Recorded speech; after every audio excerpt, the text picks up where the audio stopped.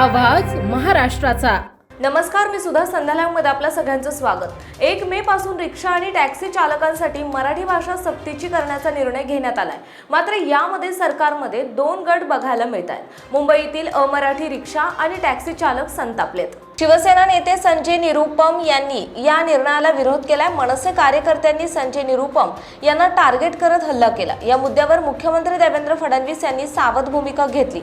मराठी भाषा अनिवार्य करण्याबाबत मंत्रालयात आज महत्त्वपूर्ण बैठक होणार आहे। रिक्षा टॅक्सी चालक संघटनेच्या प्रतिनिधींसोबत ही बैठक होणार आहे। या बैठकीकडे राज्याच्या नजरा आहेत। मंत्री प्रताप सरनाईक यांच्या दालनात ही बैठक होणार आहे। कामगार नेते शशांक राव आणि संजय निरुपम या बैठकीला उपस्थित राहणार आहेत।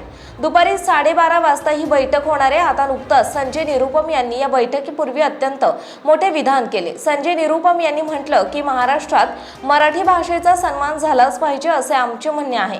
महाराष्ट्रामध्ये राहणाऱ्या सर्व लोकांनी मराठी भाषा बोलली पाहिजे, मराठीमध्ये संवाद केला पाहिजे। यामध्ये काही मतभेद नाहीत, काही वाद नाही, फक्त GR मध्ये एक तरतूद आहे। 1 मे पासून प्रत्येक रिक्षा चालक आणि टॅक्सी चालकाने RTO मध्ये मराठी भाषेचे जे ज्ञान आहे त्याची तपासणी होईल। मराठी भाषेची त्यांची एक परीक्षा होईल। समजा त्यामध्ये ते नापास झाले तर त्या GR मध्ये असे सांगितले गेले की त्यांचे परमिट रद्द केले जाईल, त्यांचे लायसन्स जप्त होईल आणि जो बॅच असतो तो देखील जप्त होईल। हा एक मोठ्या वादाचा विषय आहे। मी माझ्या पक्षाचे जे नेते आहेत, परिवहन मंत्री प्रताप सरनाईक यांना एक पत्र पाठवले आणि सांगितले की तुम्ही जो मराठी सक्तीचा जो प्रस्ताव ठेवत आहेत तो थोडा अन्यायकारक आहे। पुढे संजय निरुपम यांनी म्हटलं, कारण जे रिक्षा चालक आणि टॅक्सी चालक आहेत ते सर्व मराठी बोलू शकत नाहीत असे नाही, खूप सारे मराठी बोलू शकतात।